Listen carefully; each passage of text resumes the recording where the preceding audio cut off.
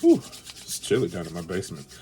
For those that have houses, when you be having your air conditioner just on frigid level because it's in the knee deep of summer, about 90 degrees outside, so you put your air conditioning to like 69. The normal level of your house would be like chill, but you go down in your basement and it's just freezing down here. Yeah. What's up, y'all? My name is Marcus, and welcome back to the channel. The Avatar of the Seven Havens has been announced. It is the sequel to The Legend of Korra. The new Avatar's name is Aloran. Seems to be a little girl, an earthbender that is trying to find her way in the mythological spectrum of the Avatar world. Sequel to The Legend of Korra, so it would appear that Korra somehow left the world in shambles some kind of a way. Even though she had numerous victories throughout her life, like versus Aman and Kovira, and I can't think of the crazy airbender's name, the dude with the bald head that learned how to fly. But even with her numerous victories throughout her life, for merging the spirit realm in the mortal realm and being able to find that emergence in even though she lost all of her previous Avatar lives, that kind of sucked. It was definitely certain parts of The Legend of Korra that I liked. It didn't like. One of my favorite parts from Avatar: The Last Airbender was Aang's ability to converse with his previous lives, like Avatar Kyoshi, Wing Chun, Roku. But Korra was able to talk to Aang like one time, and then with her fight against the evil Avatar, I can't think of his name, Vati, ended up being like the evil spirit or whatever. She ended up losing that ability. So hopefully with this new Avatar, she's able to, the new Avatar, hopefully Aloran will be able to regain that ability to be able to talk to Korra to see what happened within her lifetime that caused this catastrophic. Because it looks, from the trailer, it kind of looks like it's in shambles, it's in ruins. It's definitely given like a zombie apocalypse style notion to the Avatar world, which is a nice change. The Avatar: The Last Airbender, they're fighting in a 100-year war. Korra, they seem to have found peace, and the Republic City seems to be thriving from the works of Aang and his friends. And then one thing leads to another. It seems all that has been destroyed within Korra's lifetime. So it's going to be left to Aloran to fix it. So, and it seems that she's a twin. So the trailer was kind of confusing me at first. So it looks like Aloran runs into a long lost twin that she didn't even know existed. I'm assuming that Aloran is the Avatar. At first I was thinking that her twin was an Avatar as well. I was thinking it was twin avatars. But it seems that just Aloran has the Avatar powers, and then her twin sister is just a normal earthbender.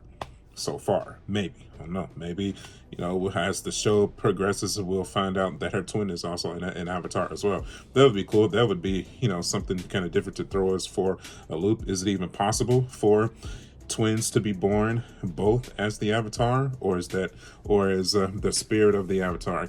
I know the evil one is Vati, but the good one, I know the spirit has to reminisce in one Avatar cycle or body.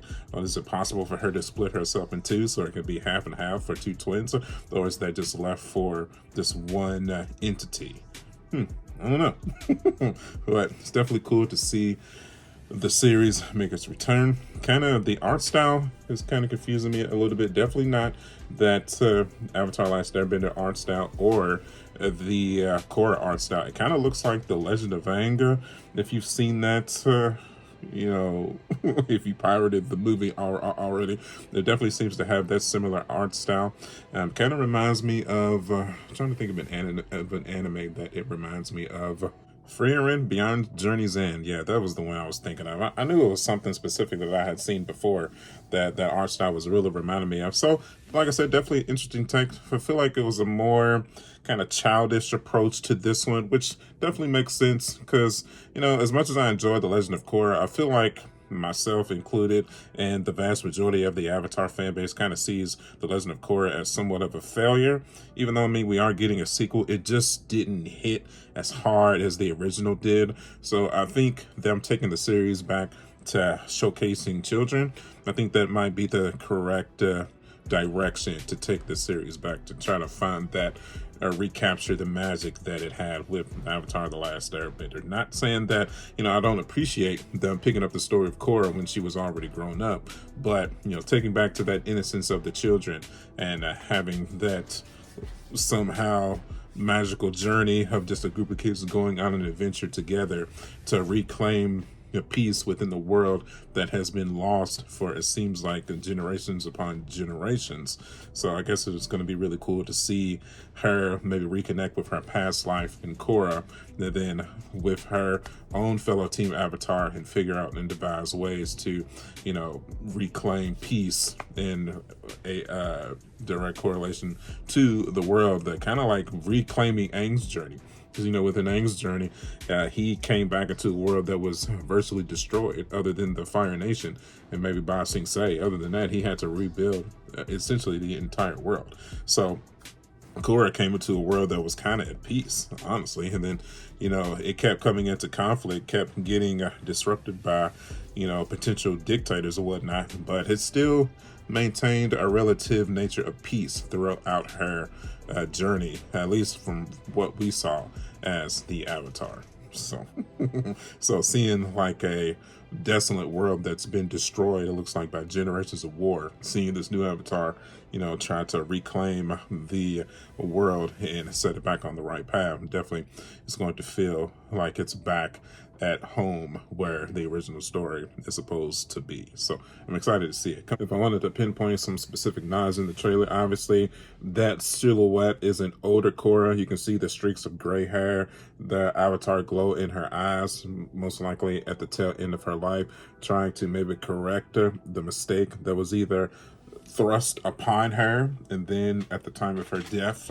she was in an attempt to trying to stop it, and then she ended up taking the brunt of the blame, which usually 9 times out of 10, that's how it was in her series as well. She was just trying to help, and then her doing something specifically that either made it worse, or somebody around her made a situation worse, and then her being able to have the ability to end up stopping it in the end.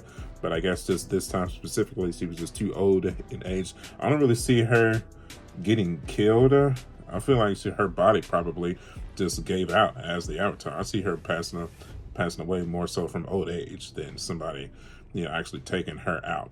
Those ruins at the beginning, kind of that sandstorm looking situation, I think that's ruins of Ba Sing Se. If I had to take an educated guess, it's the biggest kingdom in the Earth Kingdom. So, if I had to take an educated guess, I think that's what that is, where the new Avatar is going to be born into the wasteland of. So that's pretty cool. Looks like her teacher, or teachers, she's going to be fighting firebenders, looks like waterbenders, and fellow earthbenders as well. So that makes sense. It's Avatar, so what do you expect? It looks like her teacher or her protector or whatnot is clearly an airbender, so that's cool to see. And obviously that big red spirit looking thing at the end of the trailer, that's Vati, the evil spirit avatar that can create its own, evil avatar that we saw in The Legend of Korra. So I'm excited, man. I was kind of, the first time I looked at the trailer, I was kind of like, but I feel like the more I talk about it, that the more that I dissect it in my mind, the more I find myself getting excited for it. So I'm glad I made this video. I was kind of going back and forth a little bit, but once I started to see everybody's reaction, I'm like, well, shoot, let me cut on the camera. Let me see how I feel about it too. It's almost like, it's the thing about being a content creator. It's almost like you are able to dissect thoughts in your mind, more so than if you're just scrolling on Facebook and you see just like a 1 or 2 sentence think pieces about something specifically, and you're like, this is gonna suck. But once you actually go through and talk about it yourself, or just hear your own thoughts expressing how you actually feel about the franchise as a whole, how you feel about its continuation, and where you feel that the story should take, and how the previous story and the previous story, how you actually felt about it, and if you're actually excited about the specific story continuing. That's the cool part about making content like this. So hopefully y'all can appreciate the effort. Yeah, and if you did, you know what to do, man. Hit that like button. I really appreciate that. I've been an Avatar fan since its inception. Me and my younger brother, we watched it from start to finish, from Avatar: The Last Airbender. I feel like I kind of watched Korra by myself You know, the majority of the fans that I was correlating with from the original kind of fell out by the time Korra came out. I ended up watching Korra from start to finish. Like I said, I just wasn't as big a fan of Korra as I was from the original. So, like I said, I'm still happy to see us get an official third story of a new Avatar. So, very excited to see where it takes us, man. And if you're excited too, you know what to do. Hit that like button. If you want to see more Avatar content from me, hit that subscribe button. You can find me at youtube.com/MartinJack79. I'm also on Facebook, Instagram, and TikTok. We talk about anime, we talk about movies, we talk about video games, we talk about Comic-Cons. So if you appreciate the effort here, I appreciate you. So as always, thank you guys for the years of support, and I will see y'all on the next one. I'll catch y'all later. Bye.